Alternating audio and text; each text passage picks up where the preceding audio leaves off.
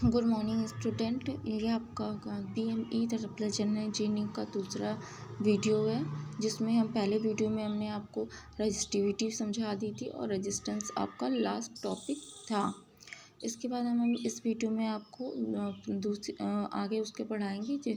इस वीडियो में हम टॉपिक पढ़ेंगे factor affecting of capacitor. Capacitor पे क्या क्या फैक्टर हैं जो इफेक्ट करते हैं कैपेसिटर को, ठीक है, इसके बारे में हम जानेंगे। तो सबसे पहले थोड़ा सा कैपेसिटर के बारे में जान लेते हैं। आप सबको पता है कि जो कैपेसिटर है हमारा, वो क्या काम करता है, एनर्जी को स्टोर करने का काम करता है। मतलब अपनी प्लेटों को चार्ज कर लेता है, सारी एनर्जी को स्टोर कर लेता है। जब हमको कभी ज़रूरत पड़ती है बहुत एक्स्ट्रा कहते करंट की, तो वो पर्टिकुलर टाइम पे हमको सारी अपनी एनर्जी 1 सेकंड में ही प्रोवाइड कर देता है और ख़ुद को डिस्चार्ज कर देता है। तो कैपेसिटर का बेसिक काम क्या है, एनर्जी को स्टोर करना अपने पास और उसको ज़रूरत पड़ने पे प्रोड्यूस कर देना और प्रोड्यूस कर देता है रिसेंटली। मगर उसकी सबसे डिसएडवांटेज उसका ये है कि वो अपनी पूरी एनर्जी को डिसिपेट कर देता है तुरंत ही और ख़ुद को पूरी तरीके से डिस्चार्ज कर लेता है कुछ सेकेंडों में ही। तो इसीलिए कैपेसिटर को हमको बार बार चार्ज करना पड़ता है। कैपेसिटर किसी डिवाइस में लगा है तो उस डिवाइस को बार बार चार्ज करना पड़ता है हमको, कि वो प्लेट से बार बार चार्ज हो। इनका जब तक आप उससे एनर्जी जब तक वो प्लेट अपने आप को पूरी चार्ज नहीं कर लेती और तब तक चार्ज होंगी और पूरी एनर्जी को स्टोर कर लेंगी। मगर हमको जैसे लंबे समय के लिए अगर कैपेसिटर से काम करवाना है तो हम नहीं करवा पाएंगे, क्योंकि कैपेसिटर अपनी एनर्जी को तुरंत ही डिसिपेट कर देता है और तुरंत ही अपने आप को टोटली डिस्चार्ज कर लेता है। तो ये होता है कैपेसिटर। अब हम थोड़ा देख लेते हैं क्या संरचना क्या है कैपेसिटर की, कैसे बनता है, क्या चीज़ है, इस बारे में हम थोड़ा सा जान लेते हैं। तो देखिए यहाँ पे लिखा है धारिता को प्रभावित करने वाले कारक। मतलब कि संधारिता, मतलब संधारिता हो गया आपका कैपेसिटर। कैपेसिटर का हिंदी में नाम होता है संधारिता, ठीक है।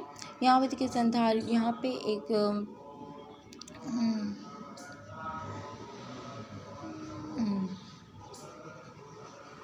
यहाँ पे एक वर्ड लिखा हुआ है संधारिता। दो समान प्लेटों के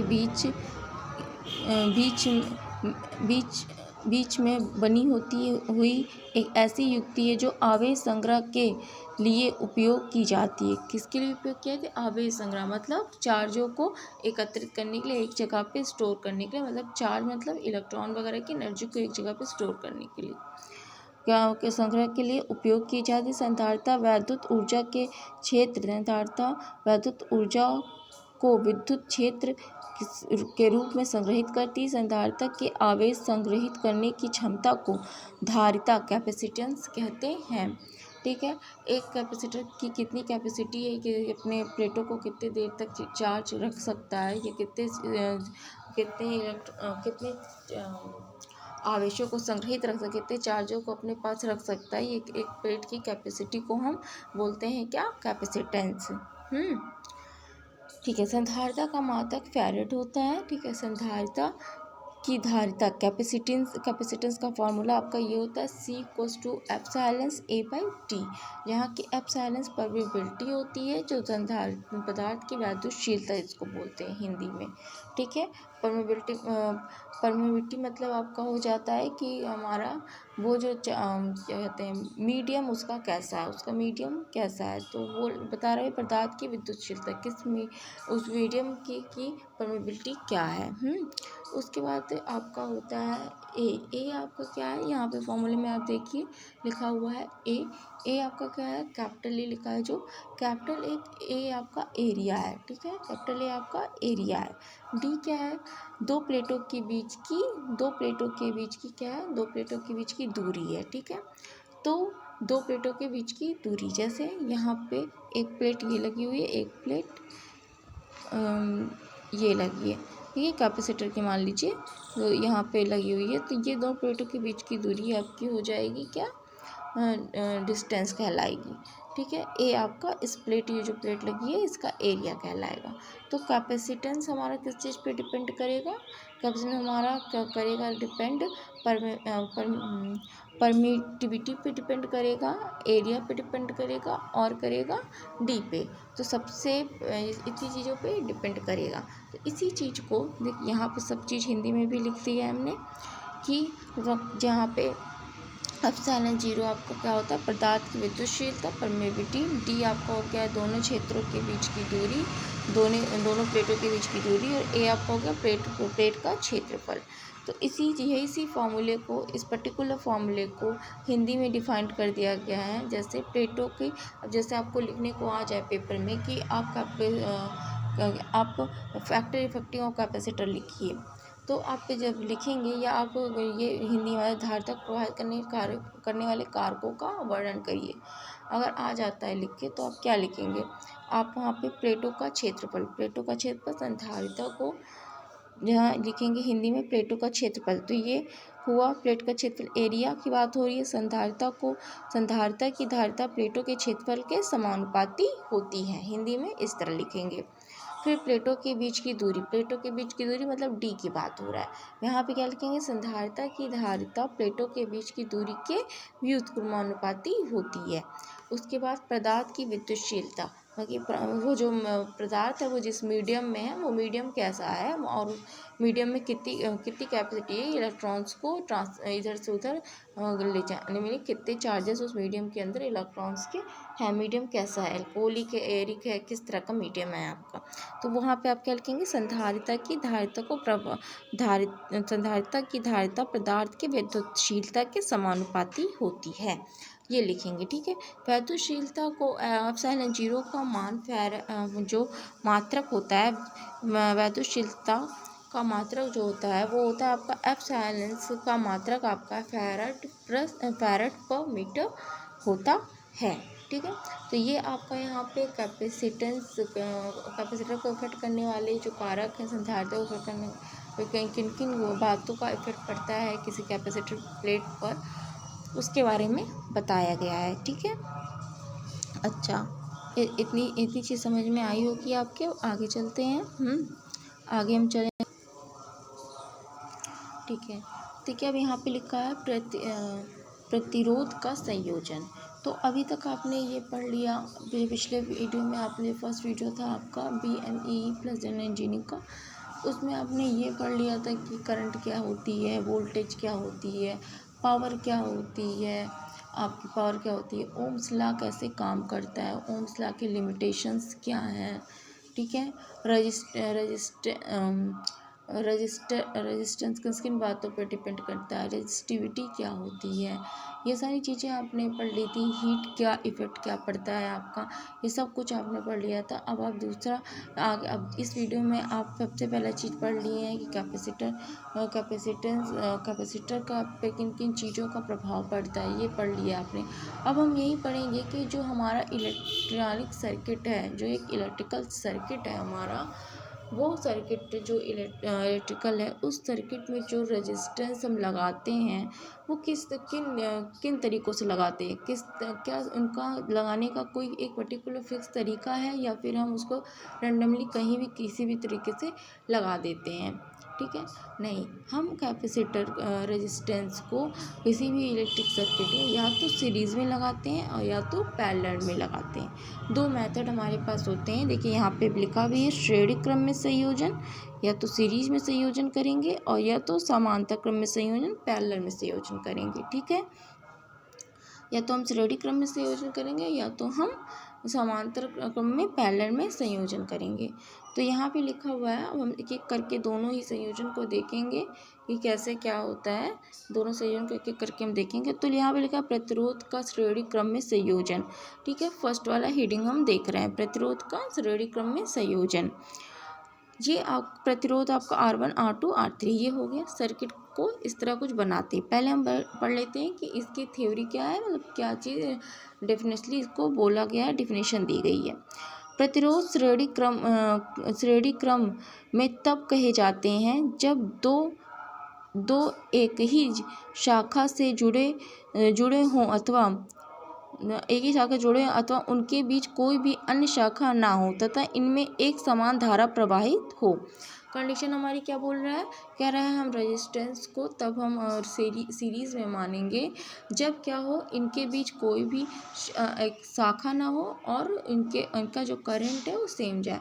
अब शाखा ना हो का मतलब क्या है, जैसे यहाँ पे देखिए ये यहाँ इस पॉइंट से अगर आप देखना शुरू करेंगे तो ये सब एक में ही जुड़े हुए हैं, एक में ही जुड़े, इनके बीच कोई डिवाइड करने वाला कोई नहीं है। मान लीजिए अगर यहाँ पे एक और ब्रांच होती, यहाँ पे एक और ब्रांच होती तो ये डिवाइड हो जाते ना, तो ये क्या होता, सीरीज़ में एक दूसरे के साथ सीरीज़ में नहीं कहलाते। तो वही चीज़ ये बोला है कि इनके बीच कोई शाखा ना हो और उसमें सेम करंट बहे। तो ये कंडीशन है आपकी किसी श्रेणी क्रम में संयोजन की। अब सेम करंट बहे मतलब कि वोल्टेज डिफरेंस हो, यही तो कहना चाह रहा हूँ, वोल्टेज आपको डिफरेंट मिले। तो आप यहाँ पे देख लीजिए, यहाँ से पोटेंशियल हमने भेजा और इसमें भी आई करंट गई, इसमें भी आई करंट गई, इसमें भी आई करंट गई, तो इन तीनों में आई ही करंट जाएगी। तो करंट हमारी सेम हो गई, ठीक है, करंट हमारी सेम हो गई, वोल्टेज हमारा डिफरेंस हो गया।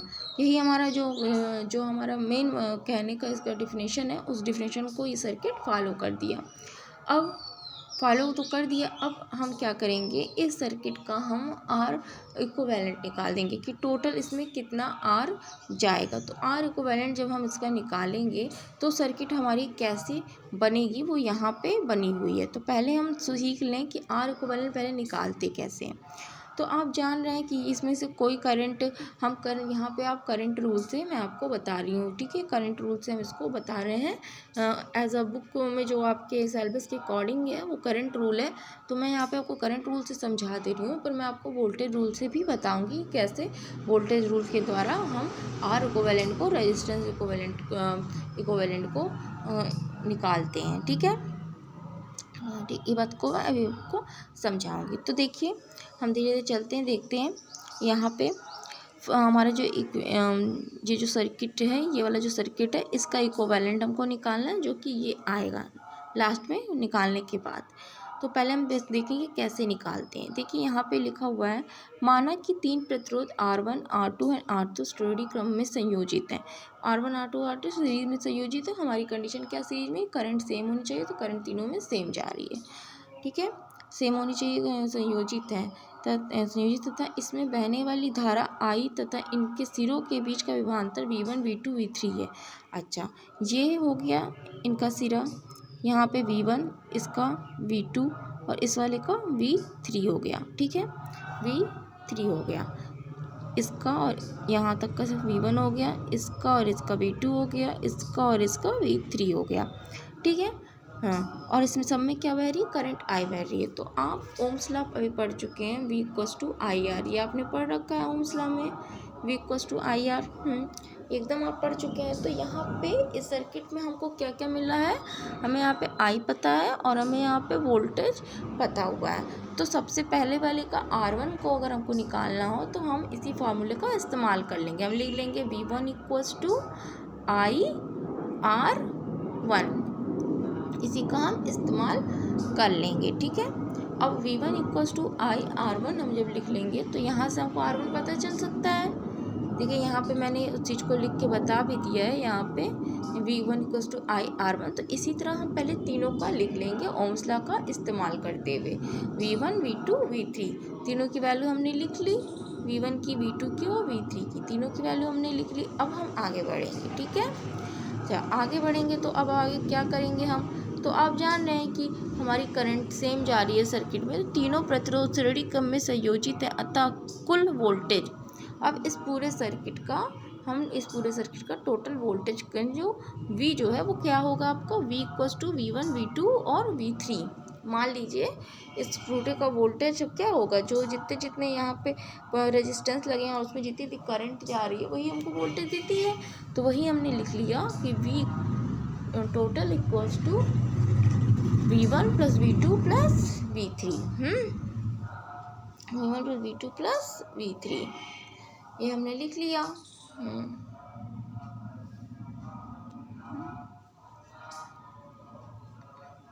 ठीक, अब आगे देखिए, आगे की तरफ आगे चलते हैं। इतना चीज़ जब हो गया हमारा, इतना चीज़ जब हमारी हो गई,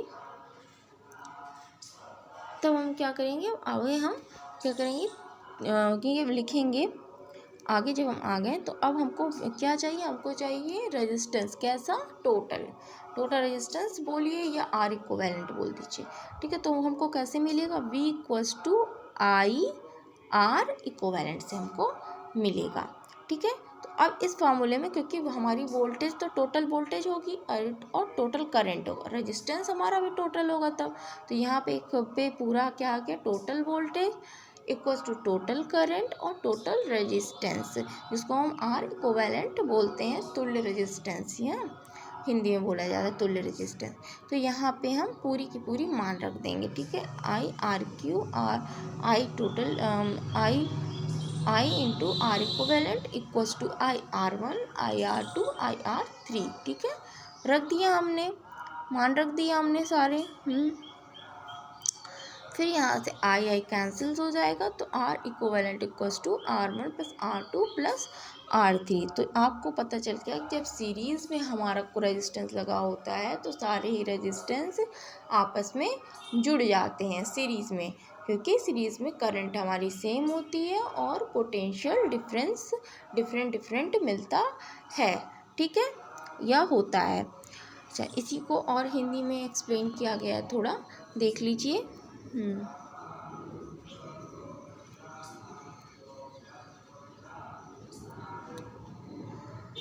इसी चीज़ को थोड़ा और एक्सप्लेन किया गया है, जैसे कि लिखा हुआ है समांतर क्रम में जोड़ने पर।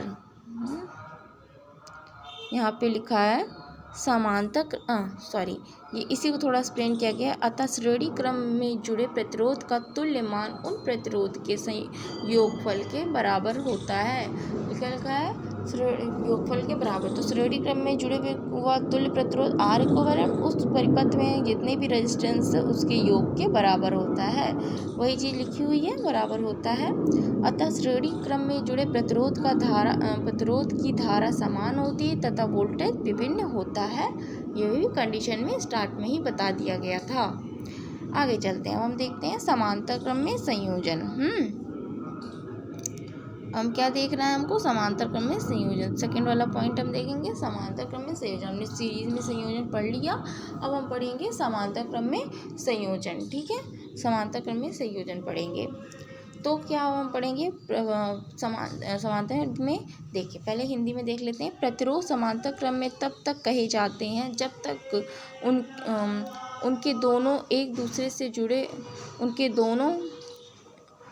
दोनों बिंदु एक दूसरे से जुड़े हों तथा उनमें वोल्टेज समान हो। ठीक है, बता दे रहे हैं इसका क्या मतलब है, इस चीज़ का क्या मतलब है हम बता दे रहे हैं आपको।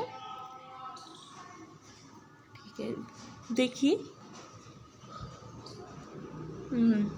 क्या बोला है, उनके दोनों बिंदु के बीच का पोटेंशियल सेम हो, मतलब इस पॉइंट का और इस पॉइंट का जिस रेजिस्टेंस लिखे हैं पोटेंशियल सेम हो, तो भी पोटेंशियली जा रहा है, और जिस शाखा में रेजिस्टेंस लगे हुए हैं इनका करंट डिफरेंट हो। ये तो हमारी कंडीशन हो गई किसकी, समांतर क्रम में संयोजन की। ठीक है, समांतर क्रम में संयोजन की ये कंडीशन हो गई आपकी। अब हम आगे बढ़ेंगे, आगे जब हम चलेंगे तो हम देखेंगे, आगे की तरफ जब हम चल रहे हैं तो हम इसी चीज़ को अब हम बुकिंग लैंग्वेज में देख लेते हैं। यहाँ पे लिखा समांतर क्रम में संयोजन पे तुल्य प्रतिरोध लिखा है। ये तीनों प्रतिरोध R1 R2 तथा R3 समांतर क्रम में जुड़े हों तो उसमें बहने वाली धारा I1 I2 I3 होगी, I1 I2 I3 होगी। ठीक है, तभी ओम्स लॉ का सीधे इस्तेमाल आपको करना है, वही V = IR। इसके इस्तेमाल से आप क्या कर लेंगे, इसके इस्तेमाल से हम I1 I2 I3 यहाँ पे हमको पता है कितना होगा, तो यहाँ पे हम लिख सकते हैं कि V = ही नहीं लिखेंगे, V = रुक जाइए हम साफ लिख दे रहे हैं आपको। V = पहले वाले के लिए हम लिख रहे हैं V = IR I × R1, ये लिखते हैं I1 R1। ठीक है, तो यहाँ पे हम R1 के निकालना चाहें तो V/I1 हो गया। ठीक है, या हम क्या करेंगे, हमने यहाँ पे एक चीज़ बोल रखा है कि पोटेंशियल हमारा सेम रहेगा, करंट हमारी डिफरेंट रहेगी। तो अगर हम करंट की वैल्यू यहीं से निकालना चाहें तो ये हो गया I1 = VR1। ठीक है, ये वैल्यू हो गई I1 की, जो कि यहाँ पे लिखी हुई है, ये पॉइंट पे लिखी हुई है, इस पॉइंट पे लिखा है। तो इसी तरह I1, I2 और I3 हम निकाल लेंगे। ठीक है, अब आगे देखते हैं इसको। ठीक है, अब यहाँ देखिए तीनों प्रतिरोध समांतर क्रम में संयोजित हैं, इसलिए हम क्या करेंगे, जो हमारी कंडीशन होगी, हमारी कंडीशन क्या है, हमको डिफरेंट चीज़ क्या मिल रही थी, I1, I2, I3, तो हम यहाँ पे रख देंगे I1, I2 और I3 की वैल्यूज़ को निकाल के। ठीक है, निकाले हैं जो हमने I1, I2, I3, उसको हम यहाँ पे रख देंगे और यहाँ पे हम लिखेंगे कि जो हमारा तुल्य प्रतिरोध है, तो टोटल जो रेजिस्टेंस चाहिए समांतर का, तो उसमें हमें टोटल करंट चाहिए थी, टोटल वोल्टेज और टोटल R इक्विवेलेंट यही चाहिए था। तो इसी चीज़ को लिख दिया गया है यहाँ पे फार्मूले में। अब यहीं पे हम क्या कर देंगे, हमको पता है कि टोटल करंट हमारी होगी टोटल पोटेंशियल और टोटल R इक्विवेलेंट पैरेलल का। ठीक है, और यहाँ पे हमें पता है कि हमारा जो ये V/I, ये तो ये I हो गया ना आपका, ये आपका V/R = I है। तो यहाँ पे हम वही लिख देंगे, I की वैल्यू जो हमारी थी V1 V/R1 + V/R2 + V/R3, इसको रख दिया। अब यहाँ से V सारे कॉमन लेके काट दिया हमने और लिख दिया 1/R इक्विवेलेंट पैरेलल में 1/R1 + 1/R2 + 1/R3 हो गया। तो ये जो वैल्यू आपकी निकल के आएगी, ये जो वैल्यू आपकी निकल के आएगी, इस वैल्यू को और सॉल्व करेंगे, एलसीएम वगैरह लेके हम सॉल्व करते हैं तो हमको कुछ इस तरह की वैल्यू प्राप्त होती है। जैसे R1, R2, R3 तीनों एलसीएम हो जाएंगे। जब आप इसका एलसीएम लेंगे तो ये देखिए R1, R2, R3, तो अब यहाँ पे हमको उसको सॉल्व करना है। तो यहाँ से R1 कट गया तो R2, R3 बचा, यहाँ से तो R2, R3 प्लस यहाँ से R2 कट जाएगा तो R1, R3, यहाँ से R3 कटेगा तो R1, R2 यहाँ बचेगा। ठीक है, अब इसी चीज़ को यहाँ पे लिख दिया गया है। ठीक है, अब यहाँ पे 1/R पैरेलल में इक्विवेलेंट, मतलब R के टोटल पैरेलल इक्विवेलेंट जो होंगे वो आपका हो जाएगा R2, R3 plus R1, R3 plus R2, R1 R2 R3। ठीक है, मगर आपको चाहिए R का इक्विवेलेंट, तो R का इक्विवेलेंट वैसे इसको पलट दीजिए, यही वैल्यू आपकी आ जाएगी R1 R2 R3 R2 R3 plus R1 R3 plus R2 R1। तो ये आपको मिल गया समांतर में तुल्य प्रतिरोध। सीरीज़ में आपको क्या मिला था, अब एक बार कंपेयर कर दे रहे हैं। सीरीज़ में आपको क्या मिला था, रुक जाइए एक minute, R equivalent at series पे जो आपको मिला था वो आपको मिला था R1 plus R2 plus R3, और पैरेलल में आपको क्या मिला गया, R इक्विवेलेंट एट पैरेलल। इस पे आपको क्या मिल गया, इस पे आपको मिल गया R1 R2 R3 upon R2 R1 plus R2 R3 plus R3 R1। ठीक है, तो ये दोनों हमको तुल्य प्रतिरोध मिल गए, ये सीरीज़ पे और ये पैरेलल पे। ठीक, अब आप समझ गए होंगे। अब हम आपको आगे की तरफ ले जाते हैं, आगे की चीज़ों को पढ़ाते हैं कि आगे क्या है आपका, आगे हम देखते हैं कि आगे क्या है इसमें। इतनी चीज़ आपको बहुत अच्छे से समझ में आ गई होगी। अब हम सीरीज़ पढ़ चुके सब, अब हम पढ़ेंगे किरचॉफ का नियम। एक साइंटिस्ट थे, उन्होंने अपना कुछ नियम दिया हुआ था, उस नियम के बारे में हम पढ़ेंगे कि उस नियम क्या क्या है। ठीक है, वो नियम क्या क्या है, कैसे कैसे आया, हम उसके बारे में पढ़ेंगे। तो हमको एक साइंटिस्ट थे किरचॉफ ने कुछ नियम बताए थे कि कैसे करंट या रेजिस्टेंस काम करती है, कैसे उसका काम करेगी और कैसे हम उसको, कैसे वो काम करेगी और किस किस नियम को फॉलो करेगी, दो चीज़ों को उन्होंने बताया था। ठीक है, तो हम इसमें आपको वही नियम बता रहे हैं। उनका दो नियम था, किरचॉफ के दो लॉज थे, किरचॉफ करंट लॉ और एक आपका था किरचॉफ वोल्टेज लॉ। तो किरचॉफ के दो नियम थे। किरचॉफ का जो दो नियम था,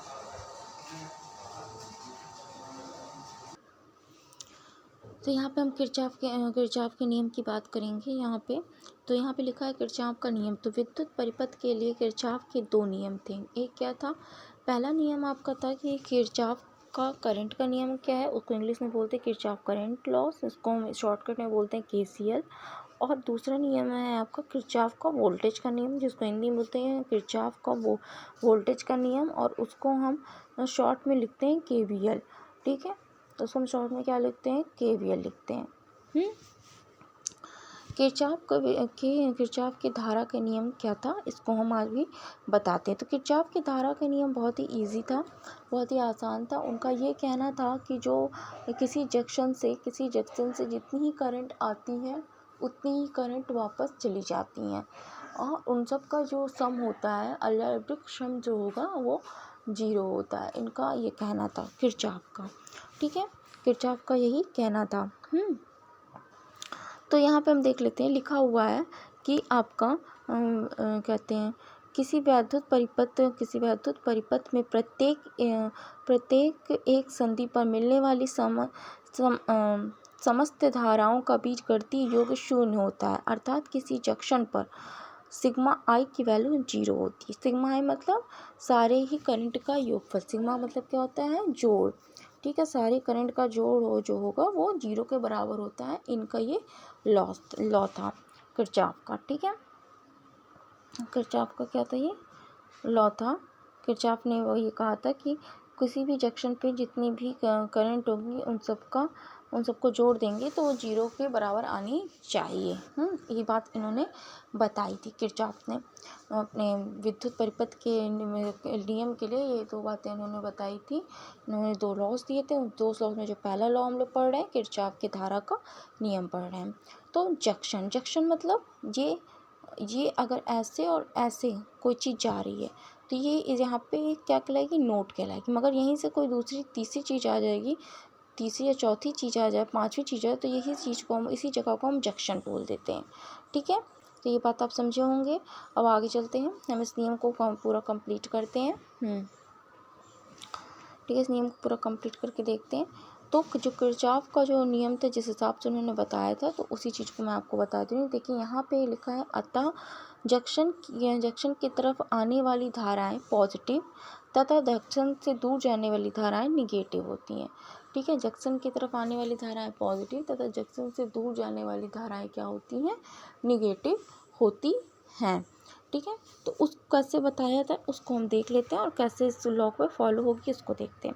हम देख रहे हैं ओ पॉइंट हमारा इस फिगर में क्या है, आपका जंक्शन पॉइंट है। इस फिगर में हमारा ओ पॉइंट क्या है, जंक्शन पॉइंट है। अब उस पॉइंट पे देख रहे हैं हम कि बहुत सारी करंट आ रही हैं, जा रही हैं। उस कारण पे हम क्या देख रहे हैं कि बहुत सारी करंट आ रही है और जा रही है। बहुत सारी करंट क्या हो रही है, आ रही हैं और जा रही हैं। तो अब हम धीरे धीरे करके इक्वेशन को बनाना शुरू करते हैं। तो हमने लिखा है यहाँ पे, दिए गए चित्र में जंक्शन ओ पर केसीएल लगाने पर, अब हम जंक्शन ओ पर जब केसीएल लगा रहे हैं तो हम देख रहे हैं कि हमारी जो I1 करंट है वो जंक्शन की तरफ आ रही है। ठीक है, I1 करंट जंक्शन की तरफ आ रही है, तो हम लिख लिया I1। ठीक है, फिर और कौन सा करंट, प्लस I2 करंट भी जंक्शन की तरफ आ रही है, प्लस हमने लिख दिया I7 भी जंक्शन की तरफ आ रही है। फिर उसके बाद कौन सी करंट आ रही है, I2 करंट भी आ रही है। I2 करंट भी जंक्शन की तरफ आ रही है, तो हमने लिख दिया प्लस I2 करंट भी हमारी जंक्शन की तरफ आ रही है। मतलब तीन करंट हमारी I1 plus I7 plus I2, ये हमारी क्या आ रही है, जंक्शन की तरफ आ रही है। फिर देख लेंगे जंक्शन से दूर क्या क्या जा रहा है, जंक्शन से दूर I3 plus I4 plus I5 और प्लस I6 जंक्शन से दूर जा रहा है। ठीक है, तो हम इक्वल के इधर लिखे हैं सबको। आप ये देखेंगे जो I3 I4 I5 को हमने इक्वल के राइट साइड में लिख दिया है। ठीक है। अगर हम इसको लेफ़्ट साइड में ले आएँ, इक्वल के लेफ़्ट साइड में ले आएँ तो ये क्या हो जाएंगी, सारी वैल्यूज़ माइनस में हो जाएंगी। ठीक, तो अब यहाँ पे हमको इक्वेशन कुछ इस तरह मिलेगा, और जब हम इसको लेफ़्ट की तरफ ले आएंगे राइट वाले पोर्शन को, तो वो पोर्शन आपका 0 हो जाएगा। अच्छा, अब देखिए यहाँ पे कि ये अब यही बोला है कि क्वेश्चनली ये इसने प्रूव किया है कि जितनी भी करंट होंगी जंक्शन पे, उन सबका BGO 0 के बराबर आना चाहिए। मान लीजिए कि यहाँ पे I1 की वैल्यू 1 है, और I7 की वैल्यू मान लीजिए 2 है, I6 की वैल्यू 1 है, I4 की वैल्यू 2 है, I2 की वैल्यू 3 है, और I3 की वैल्यू भी आपकी 3 है। तो आप देखेंगे एक प्लस एक माइनस से सारी वैल्यू कट जाएंगी, वो 0 के बराबर आ जाएंगी। ठीक है, तो वही चीज़ उन्होंने बोली कि जितनी करंट आती है उतनी ही करंट जाती है, या इन सब, इसीलिए इसका जो बीजी योग होता है वो हमारा शून्य हो जाता है। ठीक है, अतः आगे चलते हैं। लिखा, अतः जंक्शन की तरफ आने वाली कुल धारा बराबर जंक्शन से जाने वाली कुल धारा। वही चीज़ अभी हमने आपको दिखाई थी। तो आपका किरचॉफ करंट लॉ यहाँ पे कंप्लीट होता है।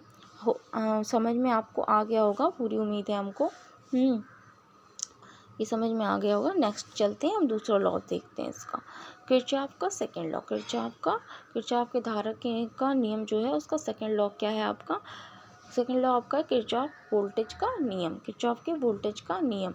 तो इसमें आपको क्या लिखा हुआ है, देखिए यहाँ लिखा है, किसी वैद्युत परिपथ के प्रत्येक बंद पास में अच्छा, इसको हम मेश भी बोलते हैं, इस चीज़ को, एक सेकेंड, हम इसे किरचॉफ का जो ये नियम है उसमें जो हम कैलकुलेशन करते हैं, इसको हम मेश भी बोलते हैं। ठीक, किसी वैद्युत परिपथ में प्रत्येक बंद पास मतलब ये हो गया आपका बंद पास। ठीक है, क्लोज सर्किट। बंद पास में समस्त वोल्टेज का बीजी योग 0 होता है। ठीक है, किरचॉफ का जो नियम था वो ये कहता था, कोई ये सर्किट बंद है, इसमें जितने भी वोल्टेज लगे हैं वो लगे होंगे, या जितने भी वोल्टेज बनाए जाएंगे वो सारे का बीजी योग 0 आएगा। ठीक है, यहाँ पे जैसा कि लिखा हुआ है, किसी बंद पाश में जब हम धारा की दिशा में चलते हैं तो धारा तथा प्रतिरोध का गुणनफल ऋणात्मक, जब धारा की दिशा में चलेंगे। ठीक, सब आपको समझाएंगे अभी, तो पेपर पे देख ले रहे हैं क्या लिखा हुआ है और कैसे और क्यों लिखा है, इस चीज़ को आपको समझाने के।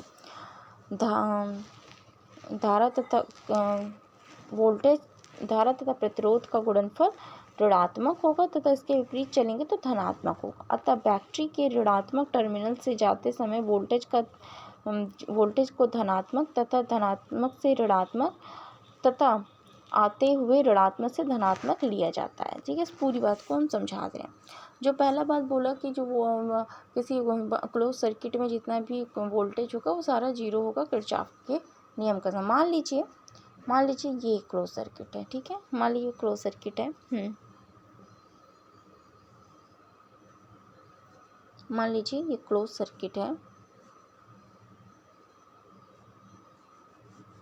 V potential. ठीक है, क्लोज सर्किट, ये रेजिस्टेंस R लग गया। ठीक है, करंट I बह गई। ठीक है, तो यहाँ पे हमें कितने वोल्टेज मिलेंगे? एक आपका ये वोल्टेज इस सर्किट में जो लगा है V, और दूसरा आपका ये करंट इस रेजिस्टेंस से जाएगी, तो ओम्स लॉ से V = IR होता है, तो यहाँ से हमको एक वोल्टेज मिल जाएगा जब ये करंट इस रेजिस्टेंस से पास होगी। तो दूसरा वोल्टेज हमको क्या मिल गया? I × R, ये हमारा क्या हो गया? Second voltage. तो इन दोनों का जो अलजेब्रिक सम होगा वो 0 के बराबर होगा किसी एक बंद परिपथ में। तो अब ऐसे ही हमको सारे बहुत से बंद परिपथ देखने, और इसको हम मैश भी बोलते हैं, मैश मेथड भी बोलते हैं। जैसे नूडल मेथड होता है तो मैश मेथड में भी इसका इस्तेमाल किया जाता है, मैश मेथड भी इसको बोल देते हैं। ठीक है, चलिए आगे चलते हैं। तो इस चीज़ को आप समझ गए होंगे। अब हम इसी चीज़ को जो है अप्लाई करेंगे एज अ न्यूमेरिकल के थ्रू अप्लाई करेंगे, तो हमको जल्दी से चीज़ें समझ में आएंगी और हम जल्दी इसको समझ जाएंगे और कर भी लेंगे।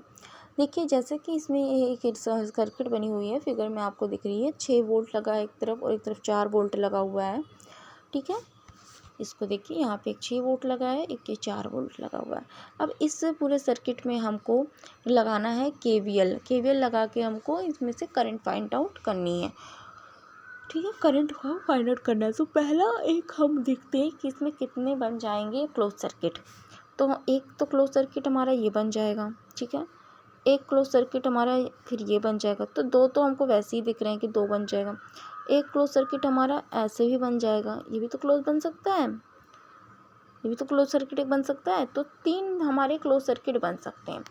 अब देखिए, अब हमको बात ये है कि किसी भी सर्किट को सॉल्व करने के लिए हमको जितनी नॉलेज अपनी होती है, जितनी भी नॉलेज होती है, वो सारी नॉलेज को उसमें सर्किट में अगर अप्लाई हो रहा है तो लगा सकते हैं। जैसे कि मैं आपको ये बताना चाह रही हूँ कि यहाँ पर जो आप सर्किट देख रहे हैं, जो आप सर्किट देख रहे हैं, इस सर्किट में आप इसमें केवीएल लगा सकते हैं। और इसको अगर हम एक होल कंप्लीट सर्किट ले लें तो अब यहाँ पे भी एक केवीएल लगा सकते हैं। तो तीन जगह हम केवीएल का इस्तेमाल इस सर्किट में कर सकते हैं। मगर बात अब ये है कि अगर कोई चीज़ हमको सिंपली मिल जाए इसमें, इसी सर्किट में, तो हम दो जगह ही इस्तेमाल करें, एक जगह हम दूसरे लॉस को इस्तेमाल कर लें, तो उसमें क्या फ़र्क पड़ेगा? कोई फ़र्क नहीं पड़ेगा। हमें जो चीज़ चाहिए, हमें चाहिए करंट इस सर्किट की, हमको वो निकालना है। एज़ यूज़ कोई भी हम फॉर्मूले का, कोई भी हम मेथड का, कोई भी हम लॉस का यूज़ कर सकते हैं। तो हम यहाँ पहुँचे और हमने देखा यहाँ पे कि दो को तो हम केवीएल से निकालेंगे, इसको और इसको हम केवीएल से निकालेंगे। मगर ये जो पॉइंट बन रहा है वो भी हमारे बड़े इस्तेमाल का बन रहा है। वहाँ पे भी हमको एक जंक्शन मिला जहाँ पे हम केसीएल लगा देंगे, किरचॉफ करंट लॉ का इस्तेमाल कर लेंगे, ठीक है। वहाँ पे हम इसको लगा के इसका इस्तेमाल करेंगे। अब हम देखेंगे कैसे लगाएंगे। तो सबसे पहले हम पहला वाला देखते हैं, लूप वन को। ये लूप वन है या मैश वन बोल सकते हैं, मैश वन भी बोल सकते हैं, लूप वन भी बोल सकते हैं, कोई प्रॉब्लम नहीं है, ठीक है। चाहे मैश वन बोलिए, चाहे लूप वन बोलिए, ठीक। तो यहाँ पे हम आएंगे और यहाँ पे लूप वन जो है आपका, पहले वहाँ पे लगाएंगे, और लूप टू दो है। तो पहले हम स्टार्ट कर दे रहे हैं लूप टू से। लूप टू में देखिए कुछ नहीं करना है आपको। सबसे पहले आप इस जो आप सर्किट बनाएंगे उसमें जो आपका लूप डालेंगे उसमें आपको अपने चलने की डायरेक्शन तय करनी होगी कि आप किस तरह चलना चाहते हैं। आपकी करंट किस तरह चल रही है ये आप मत सोचिए, पहले सोचिए आप किस तरह चल रहे हैं, ठीक है। तो आप अपने चलने के लिए एक डायरेक्शन बनाएंगे, जैसे कि इसमें मैंने बना के रखा हुआ है कि ये डायरेक्शन हो गई आपके चलने की, मतलब आप क्लॉकवाइज चलना चाहते हैं, ठीक है। अपनी डायरेक्शन आप फिक्स कर लिए कि आप क्लॉकवाइज चल रहे हैं। अब क्या करेंगे आप, जब आप अपनी डायरेक्शन फिक्स कर लेंगे कि मैं क्लॉकवाइज चल रहा हूँ, उसके बाद हम क्या करेंगे, अपनी डायरेक्शन हम चेक कर लेंगे। उसके बाद आप क्या करेंगे, तो अब हम यहाँ पे आते हैं। यहाँ पे हम देखेंगे आपका क्या, कि हम देख रहे हैं यहाँ पे हमने अपनी चलने की डायरेक्शन क्लॉकवाइज में फिक्स कर ली। अब हम यहाँ पे लाएंगे केवीएल, ठीक है, किरचॉफ वोल्टेज लॉ। तो अब हमने अपनी डायरेक्शन तय कर ली। तो देखिए हम जैसे जैसे चलेंगे वैसे वैसे अप्लाई करेंगे। जैसे हम चलना शुरू किया और हम सॉरी एक सेकेंड, ये हम चलना शुरू किए और हम चल रहे हैं इस करंट के अपोजिट डायरेक्शन में। तो इसका मतलब ये हो गया कि जो हमारी करंट है इसके हम अपोजिट डायरेक्शन में जा रहे हैं। अपोजिट डायरेक्शन में जा रहे हैं तो हम क्या हो जाएंगे, प्लस में हो जाएंगे, +10 × I2 ये हमको वोल्टेज मिलेगा, ठीक है। फिर जब हम करंट की डायरेक्शन में जाएंगे तो करंट की डायरेक्शन में जो हम जा रहे हैं आगे की तरफ, देखिए यही आप चलते जाएंगे तो आगे बढ़ेंगे ना, तो ये ऐसे आएंगे। तो आपके डायरेक्शन और करंट की डायरेक्शन अब सेम हो गई। तो हम क्या करेंगे, -3I3। और अब हम टर्मिनल से जब निकल रहे हैं इस वोल्टेज के, तो हम पॉजिटिव टर्मिनल से निकल के निगेटिव पर, जिस टर्मिनल की तरफ हम निकलते हैं उस सिंबल को हम वोल्टेज वाले में लिखते हैं। तो -V हो गया, ये बराबर 0। एक इक्वेशन हमको किरचॉफ का यहाँ पे वोल्टेज का अप्लाई करते हुए मिल गया इस सर्किट के अंदर, एक क्लोज सर्किट के अंदर, लूप 2 के अंदर। तो हमने पहला इक्वेशन ये लिख लिया, ठीक है। अब हम आगे चलते हैं, दूसरे को देखते हैं, लूप फर्स्ट को देखते हैं। हम लूप फर्स्ट को अब यहाँ पे देखते, सेम पोजीशन सेम चीज़ यहाँ पे भी अप्लाई कर दी। अच्छा एक चीज़ और हम बता दे रहे हैं, ये ज़रूरी नहीं है कि आप अपनी चलने की दिशा दोनों सर्किट में सेम ही रखें। मान लीजिए इसमें आपने क्लॉकवाइज रखी, तो अगर आप इसमें एंटी क्लॉकवाइज रखते हैं तो एंटी क्लॉकवाइज के अनुसार सारी चीज़ें आप करेंगे, ठीक है। दोनों को या एंटी क्लॉकवाइज करना चाहिए, दोनों को कर सकते हैं। डायरेक्शन को आप अपने अकॉर्डिंग फिट कर सकते हैं कि आप कैसा किस लूप में किस मिस में चलना चाह रहे हैं, ठीक है। इतनी चीज़ें आपके समझ में आ रही होंगी। आगे चलते हैं। लूप फर्स्ट पे चलते हैं। लूप फर्स्ट पे जब हम जाएंगे तो देखेंगे जो हमारा जो ये है क्या कहते हैं लूप फर्स्ट है। लूप फर्स्ट में भी हमने अपने आप को क्लॉकवाइज माना है, तो हम क्या कर रहे हैं, माइनस से निकल रहे हैं, प्लस की तरफ जा रहे हैं वोल्टेज में, तो हम +6 लिख लिए, +6 लिख लिए। इसके बाद हम माइनस से निकल के प्लस की तरफ जा रहे हैं, तो हमने क्या लिख लिया, +6 लिख लिया। ठीक है, इसके बाद हम आगे चलते हैं। अब हमारी डायरेक्शन चलने की और करंट की डायरेक्शन सेम हो गई, तो इसको हम लिखेंगे -2I1। ठीक है, इसके बाद फिर हम आगे चल रहे हैं, तो फिर इसमें जो हमारे इस वाले में जो हमारे हैं, तो हमारी डायरेक्शन और करंट डायरेक्शन फिर सेम हो गई, तो फिर हम -10I2 लिख लिए और =0 कर दिए। हमारा इक्वेशन नंबर 2 कंप्लीट हो गया। ठीक है, अब ये हमको जो इक्वेशन इस सर्किट को निकालने के लिए जितने चाहिए उसमें से 2 हो गए, अब 1 बचा है। ठीक है, तीसरा हम देख लेते हैं। तीसरा जो ये पॉइंट है, इसको देखिए आप, ये जंक्शन बना रहा है, पॉइंट जंक्शन बना रहा है ना, यहाँ से 3 ब्रांचेस जा रही हैं और 3 करंट बह रही है एक ही पॉइंट से। ठीक है, अब यहाँ पे हम KCL आराम से लगा सकते हैं। अब हम इस पॉइंट को अगर बिंदु O हम मान लेते हैं, तो हम लिख देंगे बिंदु O पर KCL लगाने पर। तो आप क्या लिखेंगे, आप लिखेंगे ये पॉइंट O माना है हमने, आप लिखेंगे I1 जो कि करंट I1 जो है रिएक्शन की तरफ जा रही है, I1 इक्वल्स टू, इस तरह पहले आप लिखिए I1 स्मॉल I1, ठीक है, minus small I2 minus small I3।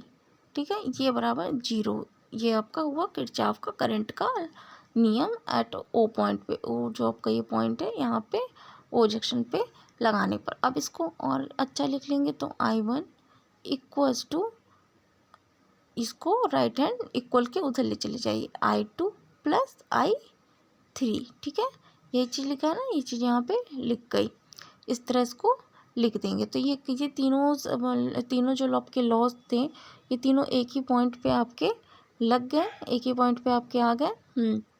ठीक है, एक ही पॉइंट पे ये तीनों लग गए हैं। अब आगे चलते हैं हम इसको आगे प्रूव करते। तो आपको वोल्टेज का नियम जो बताना था किरचॉफ को, वो हमने बता रहा है आपको। आगे चलते हैं इसको। तो ये तीनों नियम बता के हम आपको ये चीज़ बता दिए कि किस तरह से हमको KVL लगाना है और उसी सर्किट पे हम KCL कैसे लगाएंगे। तो ये चीज़ बता दें, किरचॉफ का वोल्टेज नियम जो था कि एक लूप के अंदर जितने भी वोल्टेज होंगे, मतलब कि अभी आपको समझा ही दिए थे हम कि एक लूप के अंदर जितने भी वोल्टेज होंगे, जैसे V = आपका V1 और प्लस V2 है, तो V = -V1 -V2 = 0। यही आपको दिखाना था, यही है आपका वोल्टेज का नियम किरचॉफ का। मतलब कि सिग्मा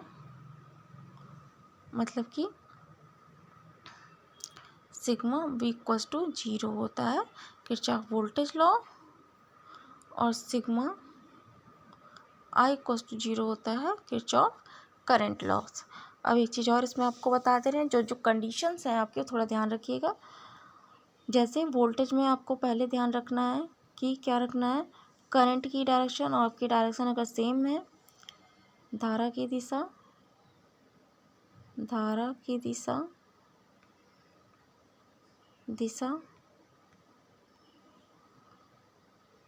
और आपकी चलने की दिशा और आपकी दिशा सेम है, समान है,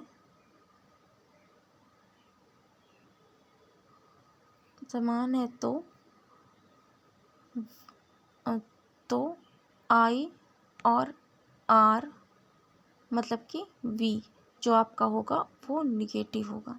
ठीक है, अपोजिट है तो पॉजिटिव होगा। ठीक, ये चीज़ आपको एकदम से ध्यान रखनी है वोल्टेज में, किरचॉफ के वोल्टेज लॉ में। और करंट में आपको करंट लॉ में क्या ध्यान रखना है कि धारा की तरफ आती हुई लाइन, धारा की तरफ जो लाइन जंक्शन की तरफ आती है,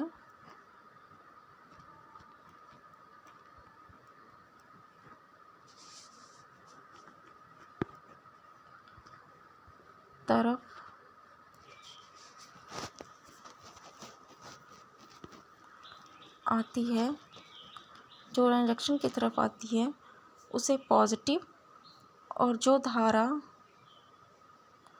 जंक्शन से दूर जाती है उसे निगेटिव लेना है।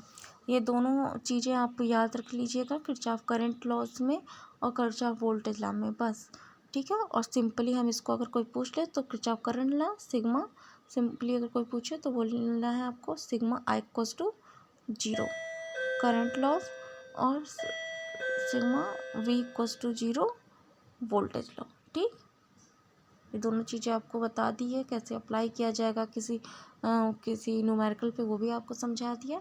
अब हम आगे की तरफ चलते हैं, आगे हम देखते हैं कि क्या है, आगे हम पढ़ेंगे। तो ये सारी चीज़ें तो आपको बहुत पहले भी पढ़ाई गई होगी, बहुत पहले भी बताया गया होगा कि सब सारी चीज़ें क्या हैं आपकी, ये सब आपको बताया होगा। ये सब चीज़ें बैक की हैं, इंटर वगैरह में पढ़ाई जाती हैं, BSc में भी पढ़ा दी जाती हैं, BSc फिजिक्स वगैरह में, इंटर फिजिक्स में पढ़ाते हैं इसको। किरचॉफ करंट लॉ हो गया, वोल्टेज लॉ हो गया, रेजिस्टेंस हो गया, ये सारी चीज़ें तब भी आपको पढ़ाई जाती। अब थोड़ा सा हम स्टैंडर्ड पढ़ाएंगे और हम पहुँचेंगे स्टार एंड डेल्टा कनेक्शन पे, जो आपकी इलेक्ट्रिकल का बहुत ही मेन पॉइंट होता है, स्टार एंड डेल्टा कनेक्शन।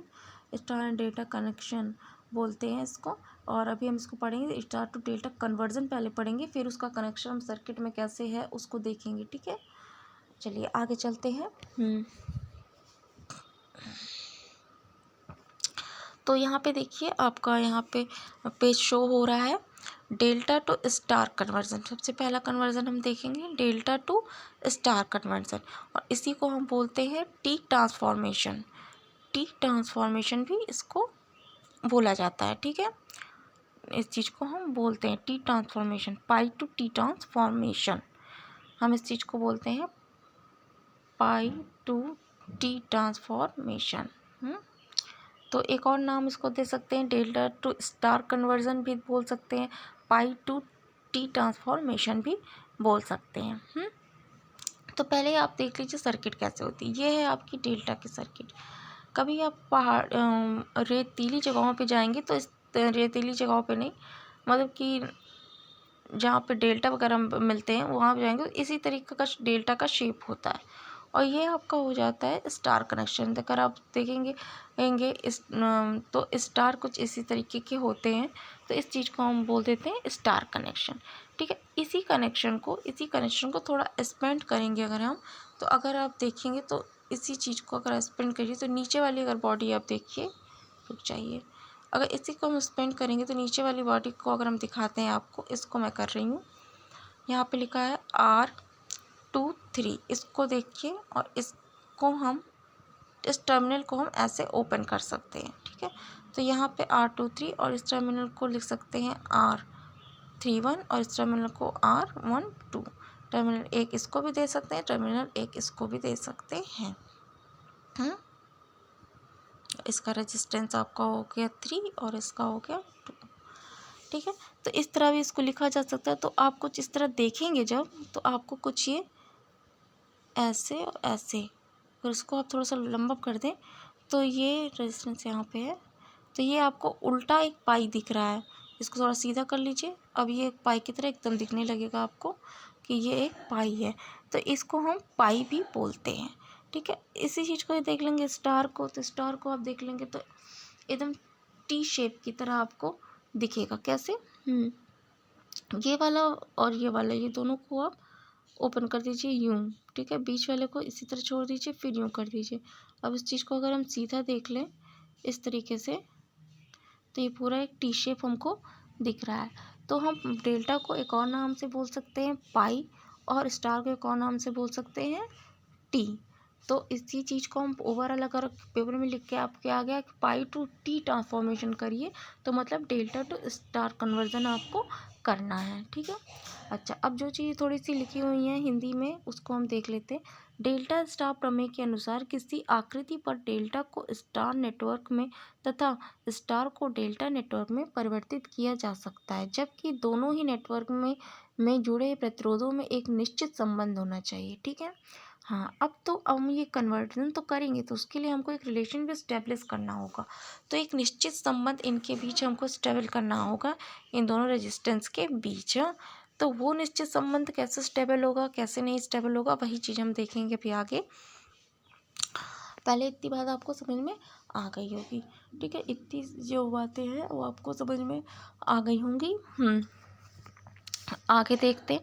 देखिए लिखा है इंग्लिश में भी अकॉर्डिंग टू, आगे की तरफ जब देखेंगे तो इंग्लिश में लिखा है according to the delta to star conversion if any figure on delta network change into the star connection and the star network change into the delta connection, both network resistance establish the relation between them।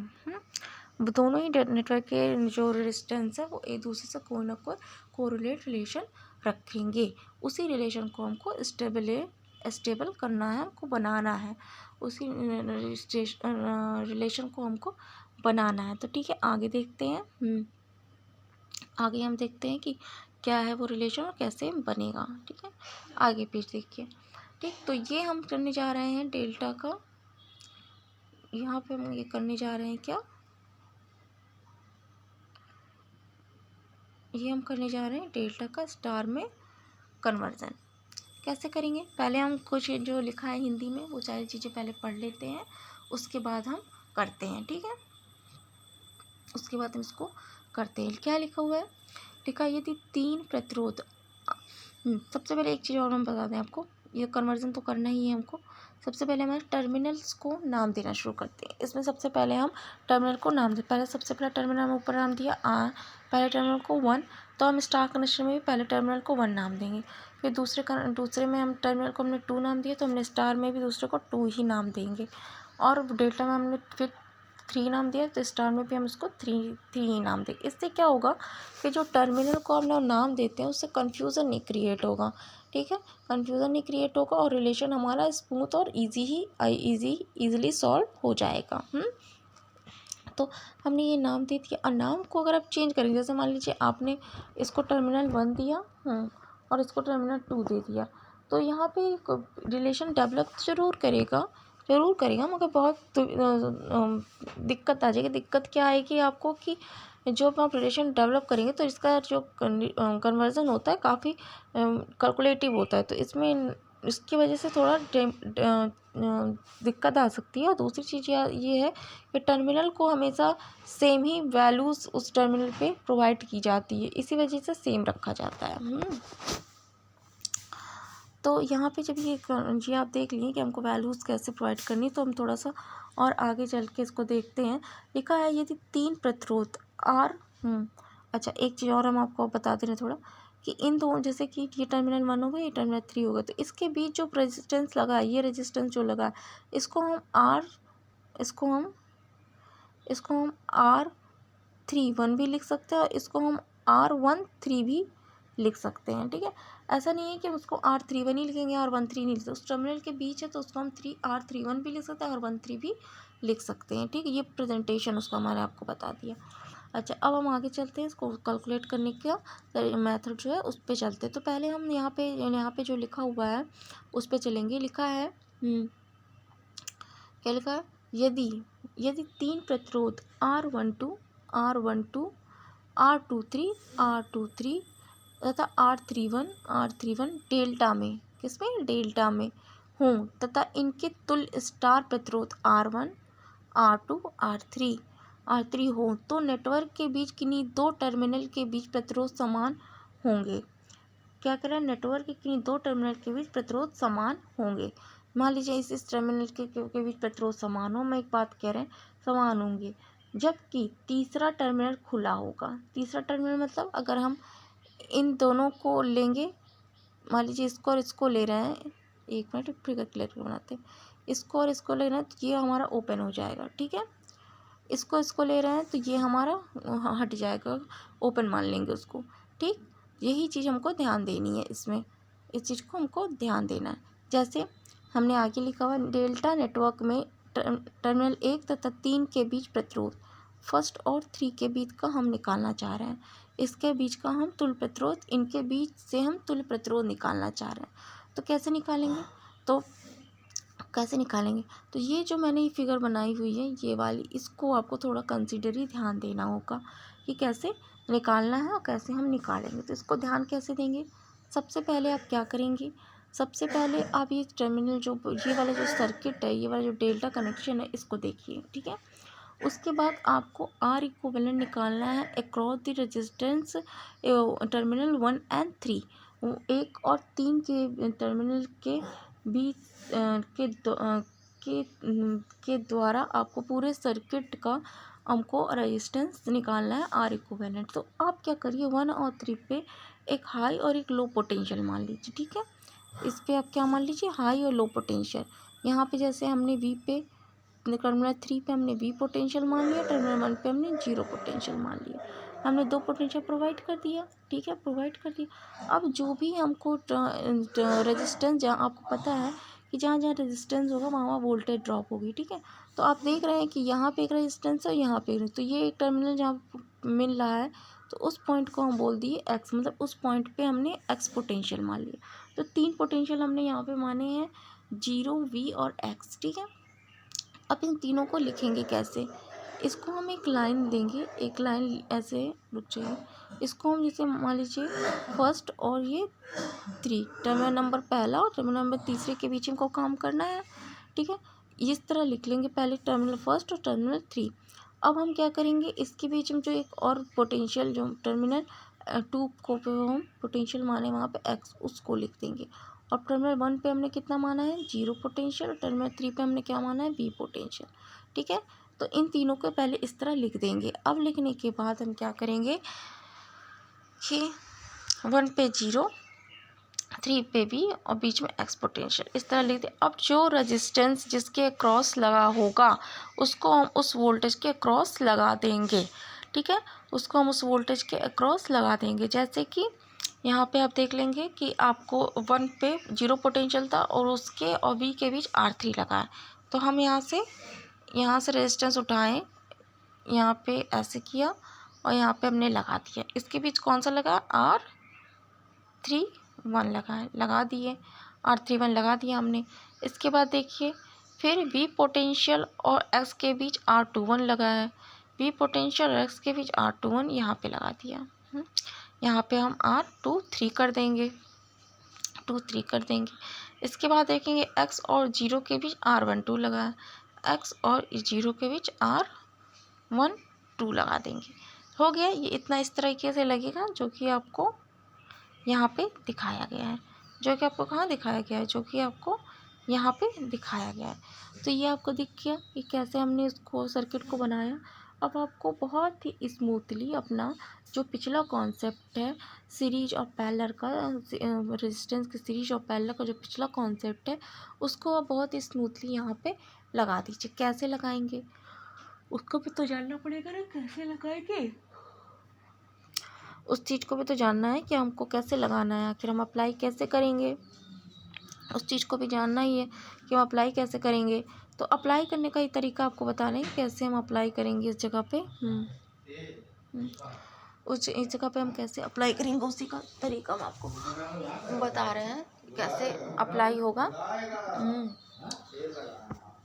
कैसे apply करेंगे उसी का हम आपको तरीका बता दे रहे हैं। इसमें हम क्या करेंगे, जो आर इक्विवेलेंट है आपका, जो आर इक्विवेलेंट है आपका, यहाँ पे हमको निकालना है। तो सर्किट हमने बना लिया, हमको आर इक्विवेलेंट निकालना है। तो अब हम आर इक्विवेलेंट को कैसे निकालेंगे, अब हम वही हमको देखना था, वही हमको ध्यान देना है कि हम इसको कैसे निकालेंगे। तो देख लेते हैं कैसे निकालेंगे हम इसको।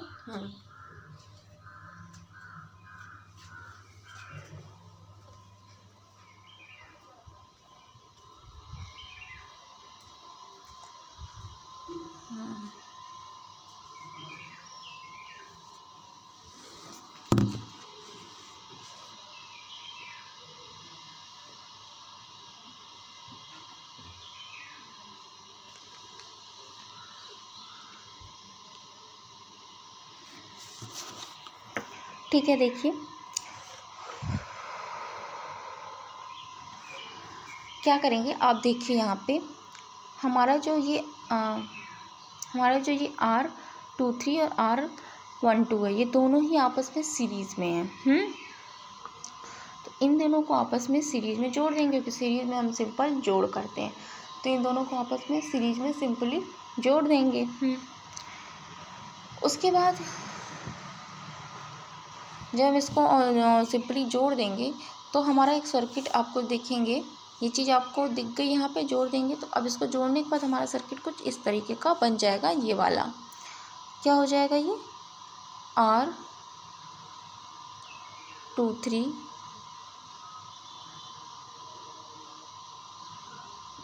कुछ किस तरीके का बन जाएगा, R23 और R12 ये इस तरीके का हो गया। और इसके साथ ये सीधे हो गया R23, ठीक है। इस तरीके का सर्किट बन जाएगा। तो आप देखेंगे ये दोनों तो एक हो गए और इसके साथ ये आ गया जो कि पैरेलल में हो गया, ठीक है। वही चीज़ यहाँ पे लिखी हुई है कि R23 आपका जो हो जाएगा वो आपका क्या हो जाएगा, पैरेलल में हो जाएगा इसके साथ। तो ये दोनों तो सीरीज़ में होगा और जो इनका सम करने पे आया ये इसके साथ R31 पैरेलल हो गया। अब पैरेलल को आप सॉल्व करेंगे, ठीक है। पैरेलल को आप सॉल्व करेंगे, कैसे सॉल्व करेंगे, तो पहले आप इक्वेशन लिखेंगे 1/r इक्विवेलेंट जो लिखा हुआ है equals to 1/r31 plus 1/r21। अब इसको हम एलसीएम के थ्रू सॉल्व करेंगे। एलसीएम के थ्रू आप इसको सॉल्व करेंगे। तो एलसीएम जो हम लेंगे आगे के पेज पे देखते हैं। एलसीएम वगैरह जब हम ले लेंगे इसका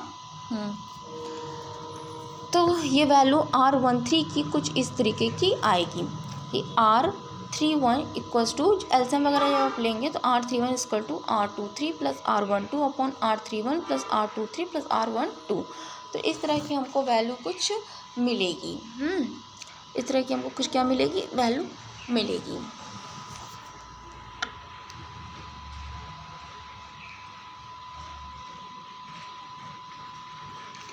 तो ये आपका पहला हो गया डेल्टा का कन्वर्जन एक टर्मिनल का। अब हम इसी में, क्योंकि हमको इक्विवेलेंट आर भी तो उस डेल्टा के इक्विवेलेंट स्टार भी लिखा हुआ है, तो हमको स्टार में भी यही एप्लीकेशन अप्लाई करना पड़ेगा। तो कैसे करेंगे पहले हम वो देखते हैं।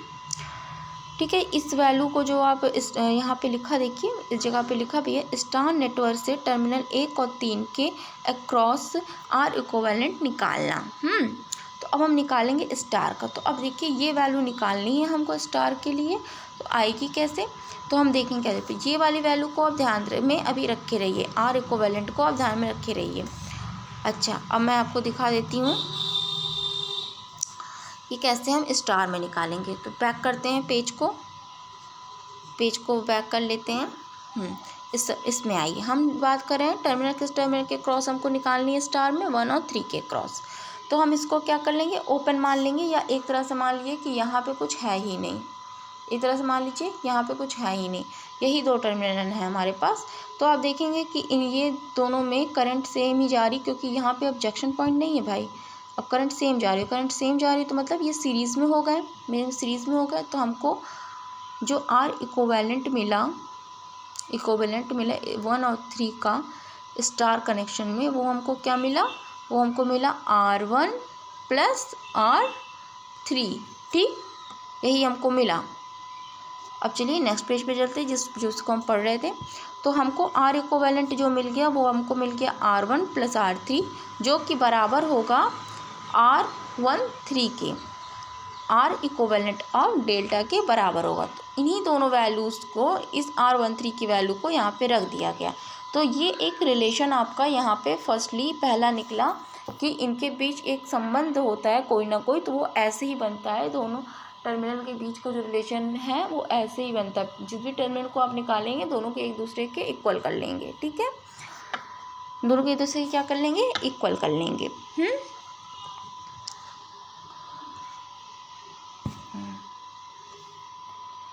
अच्छा, ठीक, इस यहाँ तक की बात आपको समझ में आ गई होगी, यहाँ तक। अब आगे चलते। तो जैसे ही आपने देखा कि R1 प्लस R3 का जो रिलेशन बना, उसमें कहीं पे भी आप देखेंगे, ऊपर वाले में ध्यान दीजिए, ऊपर वाले में आप ध्यान दीजिए। इसमें जब आप ध्यान देंगे तो देखेंगे कि यहाँ पे जो हमारा इक्वेशन बन रहा है उसमें R प्लस R3, R2 नहीं है, नहीं है ना। तो जो आपका जो इधर वाला है, इस वाले फिगर में आप देखिए हर रिलेशन R2 को लेते हुए निकलेगी। जैसे जो ऊपर वाला पॉइंट देखेंगे आप, ये वाला, इसमें लिखा R23, लास्ट वाला terminal plus R23 plus R12, ये टर्मिनल के साथ जो टर्मिनल नहीं होगा ऊपर उसको लिख देंगे। ठीक है, ऊपर यहाँ पे उसको लिख देंगे। और नीचे तो आप जानते ही हैं तीनों टर्मिनल का सम है, तो तीनों रहेंगे ही। ऊपर वाले को बस आपको ध्यान देना है, उसको जो भी टर्मिनल आपका इधर नहीं होगा उस टर्मिनल को यहाँ पे इंक्लूड कर देना है और उसके साथ इन दोनों टर्मिनल को मल्टीप्लाई कर देना है। ठीक, यही तो इसी चीज़ को मैं आपको समझा रही थी कि यहाँ तक तो आप समझ गए कैसे निकालेंगे। अब इक्वेशन को सिमिलर करके सारे टर्मिनल, अब सारे टर्मिनल को अगर आपको निकालने को कह दीजिएगा तो बहुत टाइम आपको लग जाएगा। एक हमने निकाल लिया, अब उसी के अकॉर्डिंग हम सिमिलरिटी से देखते हुए दूसरा और तीसरा टर्मिनल भी निकाल लेंगे।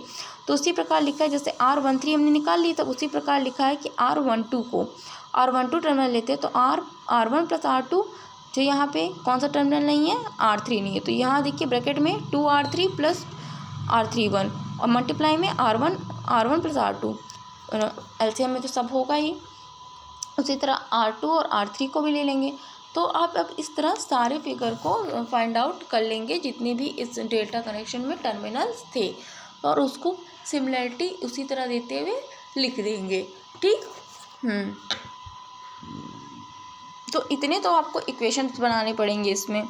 ठीक है, तो टोटल हमारे पास अब इक्वेशन आ गए 4 इक्वेशन हमारे पास टोटल आ गए। अब ये सब सारी चीज़ें जब बन गई तो अभी हमारा ख़त्म नहीं हुआ है। अभी हमारा क्या करना है, अभी हमको क्या करना है, अभी हमको इनमें से अलग अलग वैल्यू फाइंड आउट करनी है। R1 की, R2 की, R3, हमको स्टार में क्या चाहिए, R1 R2 R3 यही चाहिए ना। तो अभी हमको फाइंड आउट करना है। तो अभी तो हमारे पास कॉम्बो बन रहा है, मतलब कि यहाँ पे प्लस में सब चीज़ें चल रही, प्लस में सब चीज़ें चल रही, सब प्लस में। अब हमको इनको इंडिविजुअली लाना है। तो कैसे लाएंगे, तो जब आप मैथ में इतनी चीज़ें पढ़ चुके हैं, तो इतना चीज़ें आप लोगों ने पढ़ रखी है, जानते भी हैं आप लोग।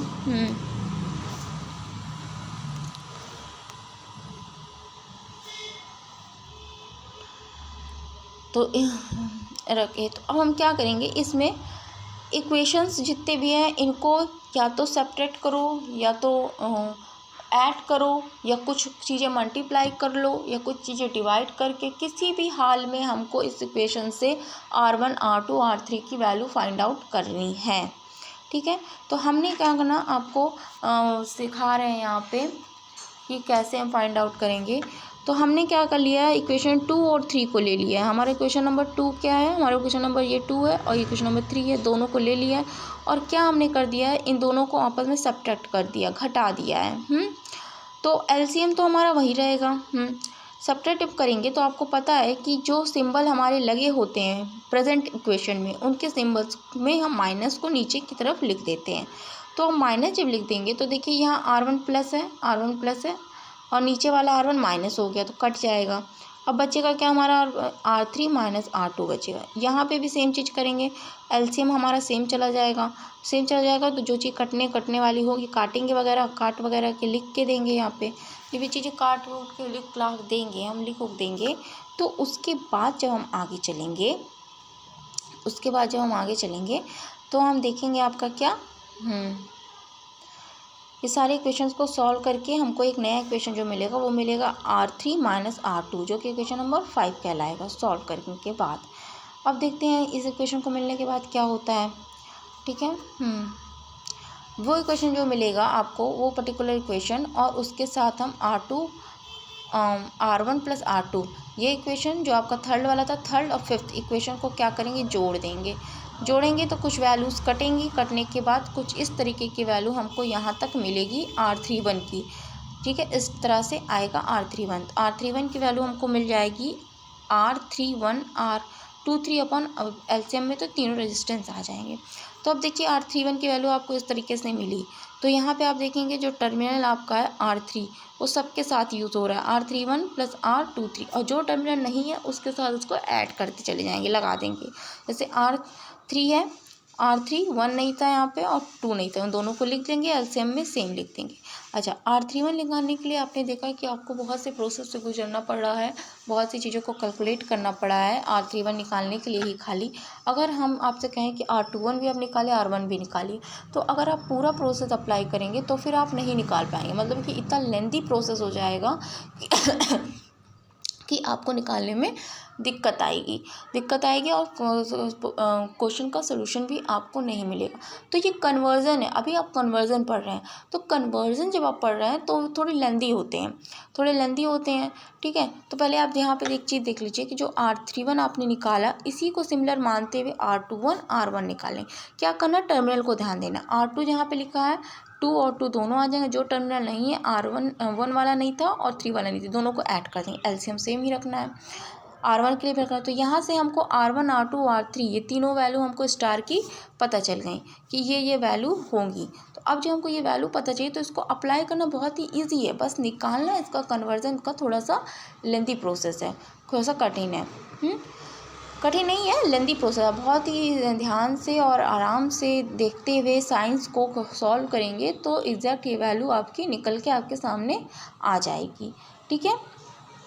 तो ये प्रोसेसिंग आपकी हल हो गई। यहाँ पे R31 R21 वैल्यू वगैरह आपकी R1 R2 और R3 की स्टार की आ गई। तो ये आपका लास्ट पॉइंट हो गया कि हमने डेल्टा से स्टार में अब कन्वर्जन कर चुके हैं हम, और हमें अब हर टर्मिनल का रिलेशन डेल्टा से मिल चुका है रेजिस्टेंस का। तो ये आपका प्रूफ हो गया यहाँ पे कि स्टार से डेल्टा कन्वर्जन कैसे करते हैं। इस जगह पे आपका ये चीज़ प्रूफ हो गई है, ठीक है। इसके बाद हम आगे चल रहे हैं। अब आगे हम चलेंगे तो आगे जब हम चल रहे हैं तो आगे की तरफ अब हम देखेंगे स्टार से डेल्टा, तो हम डेल्टा से स्टार तो हमने देख लिया, अब हम देखेंगे स्टार टू डेल्टा कन्वर्जन। तो अभी हम क्या देखे हैं, डेल्टा से स्टार का कन्वर्जन देखें। अब हम देखेंगे स्टार से डेल्टा का कन्वर्जन नेक्स्ट में, ठीक है। नेक्स्ट टॉपिक में हम ये चीज़ देखेंगे। चलिए पेज आगे कर लेते हैं।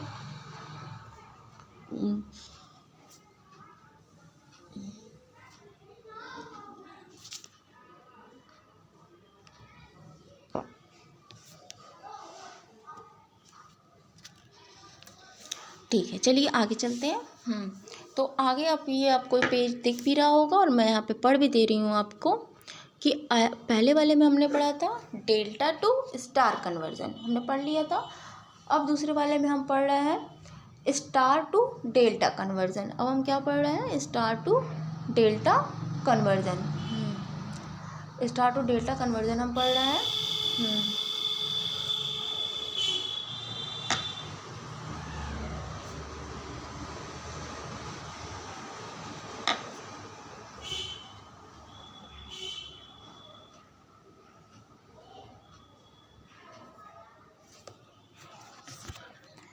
ठीक है, स्टार टू डेल्टा कन्वर्जन हम पढ़ेंगे। इसको हम क्या बोलेंगे, अगर हम इसको दूसरे लैंग्वेज में बोलना चाहें तो हम बोलेंगे T2 पाई ट्रांसफॉर्मेशंस। क्या बोलेंगे, T2 पाई ट्रांसफॉर्मेशन।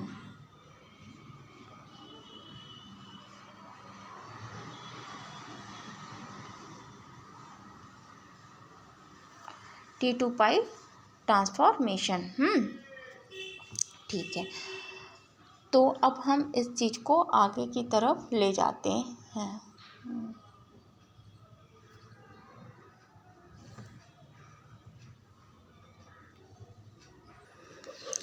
ठीक है, तो चलते हैं स्टार टू डेल्टा कन्वर्जन भी देख लेते हैं। जैसे कि इसमें लिखा हुआ है दोनों नेटवर्क, लिखा हुआ है ना, दोनों नेटवर्क एक दूसरे के तुल्य होने के कारण यदि इनके किन्हीं भी दो टर्मिनल को शॉर्ट सर्किट कर दिया जाए, ठीक है, शॉर्ट सर्किट को हिंदी में बोलते हैं लघुपतित कर दिया जाए, करके तीसरे टर्मिनल तथा इसके शॉर्ट सर्किट के मध्य तुल्य प्रतिरोध दोनों ही नेटवर्क में समान होते हैं, ठीक है। चलिए बता दे रहे हैं आपको क्या कहने की कोशिश कर रहा है, क्या बात है। बोल रहा है किसी एक टर्मिनल को शॉर्ट कर दो, मतलब कि इसको यहाँ पे शॉर्ट कर दिया हमने, ठीक है, या इसको यहाँ पे ऐसे शॉर्ट कर दिया, तो इसके बीच क्या होगा, एक रिलेशन स्टेबल हो जाएगा शॉर्ट करने पर। तो शॉर्ट करने पर जो रिलेशन स्टेबल हो रहा है वही रिलेशन हमको देखना है, निकालना है, फाइंड आउट करना है, ठीक है। उस रिलेशन को क्या हमको करना है, निकालना है, देखना है और फाइंड आउट करना है। फाइंड आउट करके हमको बताना है कि क्या होगा।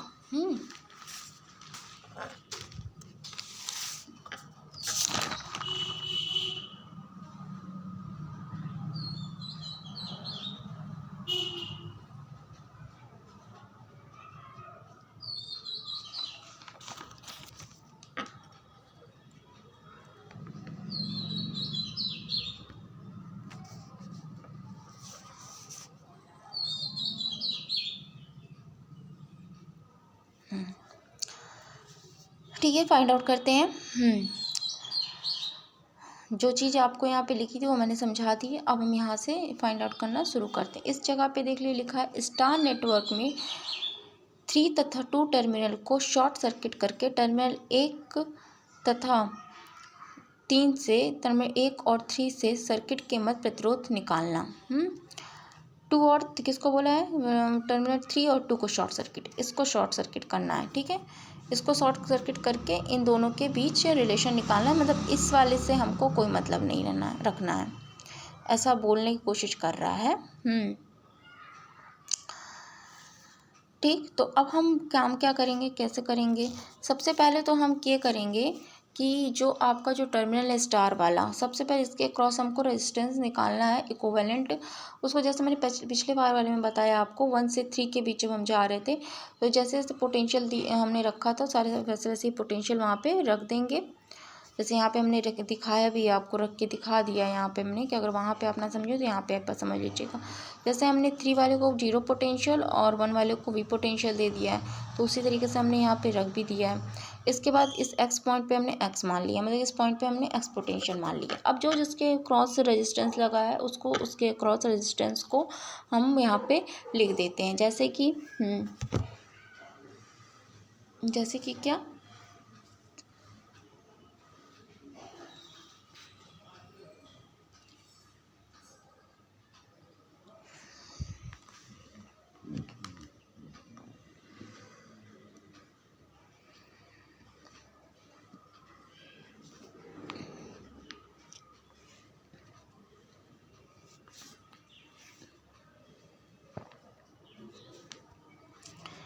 ठीक है, देखिए कि हम देखते हैं यहाँ पे कि आपका जो टर्मिनल इस तरह हमने रख दिया ना। अब जिस टर्मिनल पे जो रेजिस्टेंस लगा उसको लिख देंगे। जैसे कि हम देख रहे हैं कि R 0 से टर्मिनल 3 से x के बीच R3 लगा है, तो ये हमने यहाँ पे लिख दिया। रुक जाइए 1 मिनट, यहाँ पे लिख दिया। ठीक है,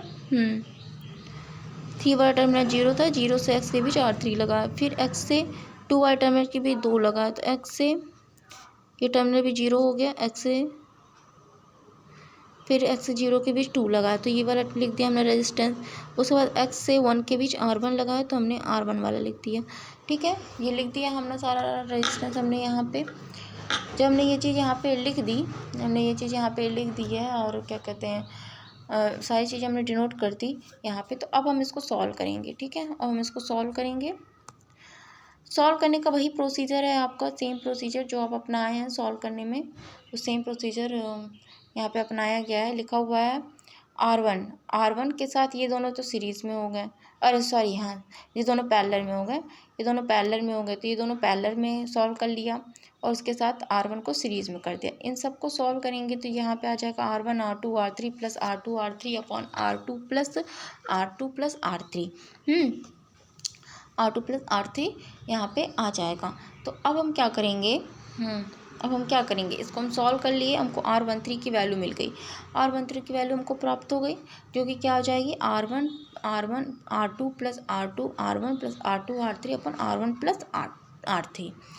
ठीक है, ये वैल्यू हमको प्राप्त हो गई। तो अब हम इसको, इसी वैल्यू को लेके आगे चलते हैं। आगे पेज पे देखिए क्या होता है, हाँ, तो एक वैल्यू आपको स्टार की तो मिल गई, टर्मिनल 1 और 3 के क्रॉस, 1 और 3 के क्रॉस R इक्विवेलेंट आपको मिल गया। अब हम निकालेंगे डेल्टा का R इक्विवेलेंट। डेल्टा को भी सेम कर देना है, जो 2 और 3 वाले तो टर्मिनल थे उसको शॉर्ट करना है। देखिए हमने शॉर्ट बना भी दिया है, सर्किट में हमने बनाया भी है। यहाँ पे आप यहाँ पे देख सकते हैं, ये 2 और 3 वाले पे रेजिस्टेंस लगा होगा, पर हमने वहाँ पे इसको शॉर्ट कर दिया, रेजिस्टेंस को कोई मतलब नहीं है वहाँ पे। लिखा हुआ है। लिखा है यहाँ पेज पे आप देखेंगे, डेल्टा नेटवर्क में टर्मिनल 2 और 3 को शॉर्ट करने पर टर्मिनल 1 और 3 के मध्य प्रतिरोध देखने पर हमने शॉर्ट कर दिया। अब हमने पोटेंशियल प्रोवाइड कर दिया, पोटेंशियल तो प्रोवाइड करें, वहाँ पे हम रेजिस्टेंस हटा रहे हैं ना, तो रेजिस्टेंस हटा दिया है, एक सिंपल वायर वहाँ पे लगा दिया, तो पोटेंशियल वायर तो जाए, मतलब पोटेंशियल जीरो ही जाएगा मगर रहेगा तो ये जीरो पोटेंशियल यहाँ पे चला गया, यहाँ पे वी पोटेंशियल। तो हमने फिगर में वही लिख दिया कि टर्मिनल 3 पे जीरो पोटेंशियल, टर्मिनल 1 पे वी पोटेंशियल। अब इसके बीच जितने भी रेजिस्टेंस होंगे उन सबको हम यहाँ पे लिख देंगे। तो जैसे हमने लिख दिया 0 से 1 के बीच में R31 लगा हुआ है और 0 से 2 के बीच में R21, दोनों ही आप देख लिए लिखा हुआ है। यहाँ से हमने इन दोनों को देखा कि पैरेलल में है, तो यहाँ पर सॉल्व कर लिया। अब हमने सॉल्व करेंगे तो पैरेलल ही कुछ इस तरह की वैल्यू आएगी, सॉल्व करिएगा तो ये वैल्यूज़ आपकी आ गई। ये वैल्यू क्या हो गई आपकी आ गई। अब जो स्टार का आर इक्विवेलेंट था R13, उसको और डेल्टा दोनों को इक्वल कर लीजिए, दोनों को इक्वल कर लेंगे तो ये इक्वेशन हमको मिलेगा। R13 हमको निकालना है, इसलिए मैंने उसको देखिए डॉटेड कर दिया कि R13 हमको निकालना है वहाँ पे। तो यहाँ पे दोनों को इक्वल कर लेंगे, इक्वल करने के बाद inverse the whole equation in both side.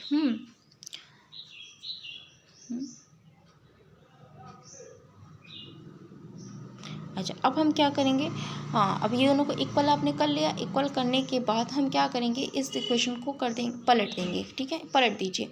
पलटने पे आपको जो मिलेगा, जो ये वैल्यू है आपकी, जब आप पलटेंगे इसको, जब इस इक्वेशन को आप पलटेंगे तो ये देखिए R12 नीचे की तरफ है, यहाँ पे R12 ऊपर की तरफ आया। इन्वर्स करना है हमको इक्वेशन को, बोथ साइड को इन्वर्स कर देना है और लिख देंगे नीचे की तरफ आपका क्या आ जाएगा R1 R2 R3, जो कि यहाँ पे लिखा हुआ है, और यहाँ पे क्या आ जाएगा R12 और R3। इन्वर्स कर दीजिए दोनों इक्वेशन को, बोथ साइड इन्वर्स कर दीजिए।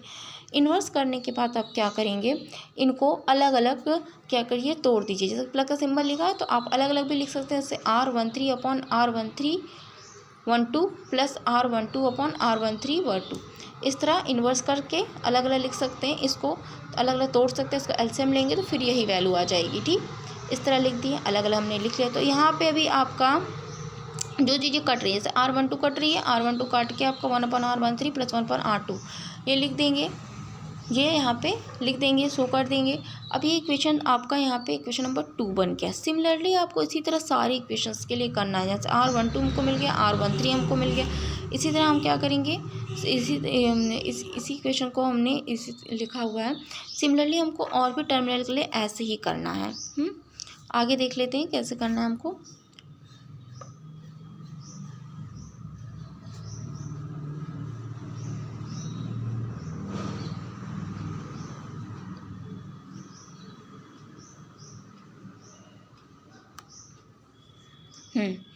तो सारे टर्मिनल के लिए हमको ऐसे ही करना है। तो ऐसे करने पे हमको कुछ इक्वेशंस प्राप्त होंगे। उस इक्वेशंस को अब यहाँ पे इक्वेशन 2 और इक्वेशन 3 को घटाने पर, इक्वेशन 2 और 3 घटाएंगे तो ये इक्वेशन 2 का हो गया R12 plus R13 minus equation number 3 1/R13 minus 1/R12।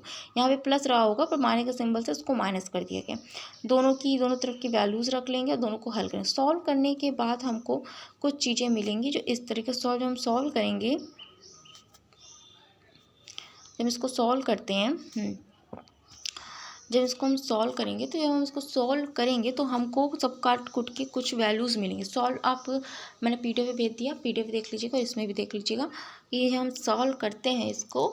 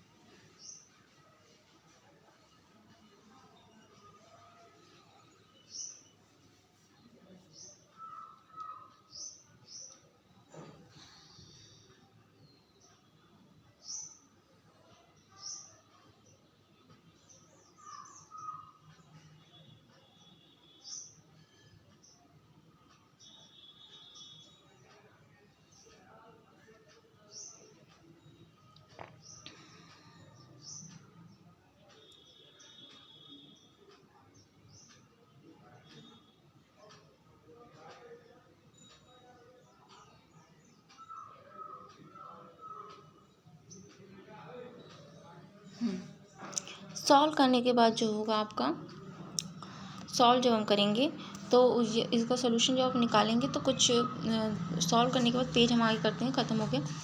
इस तरह की वैल्यूज़ निकल के आपके सामने आएगी।